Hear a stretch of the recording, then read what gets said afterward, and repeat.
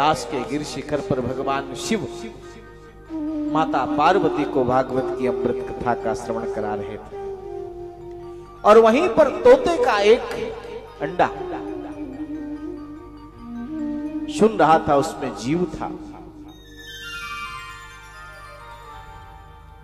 और देवी पार्वती से कथा को सुनाने से पूर्व महादेव ने डमरू बजाई कि जो भी यत्र तत्र जीव हो यहां से चले जाएं, क्योंकि इस कथा को सुनने के अधिकारी सब नहीं है।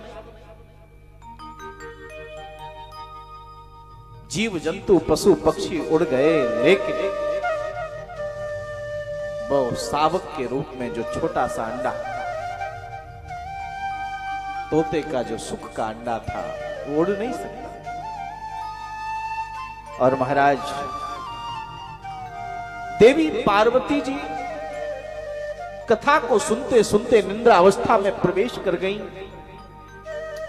भगवान शिव समाधिस्थ होकर के डूब करके कथा सुना रहे हैं। वक्ता वही है जो कथा में डूब करके आपको कथा सुनाए, और श्रोता वही है जो उसमें निमग्न होकर के कथा सुनाए। पार्वती जी हुंकारी दे रही हैं, कथा सुन रही हैं, लेकिन थोड़ी देर बाद नींद आ गई देवी पार्वती को। तब उस अंडे में जो जीव था उसने सोचा कि अगर मैं हुंकारी नहीं भरूंगा तो ये कथा बंद हो जाएगी। और महाराज उसने हुंकारी दिया।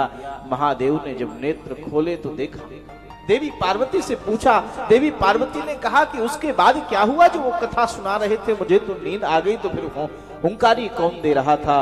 और महाराज उसी समय भगवान शिव ने अपने दिव्य चक्षुओं से देखा कि तोते कहीं अनधिकारी तो नहीं।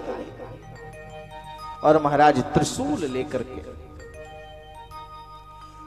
लेकर के महाराज उस तोते के बच्चे के पीछे पीछे महाराज भागे मारने के लिए, लेकिन वह तो अमृत की कथा सुन करके अमर हो चुके थे।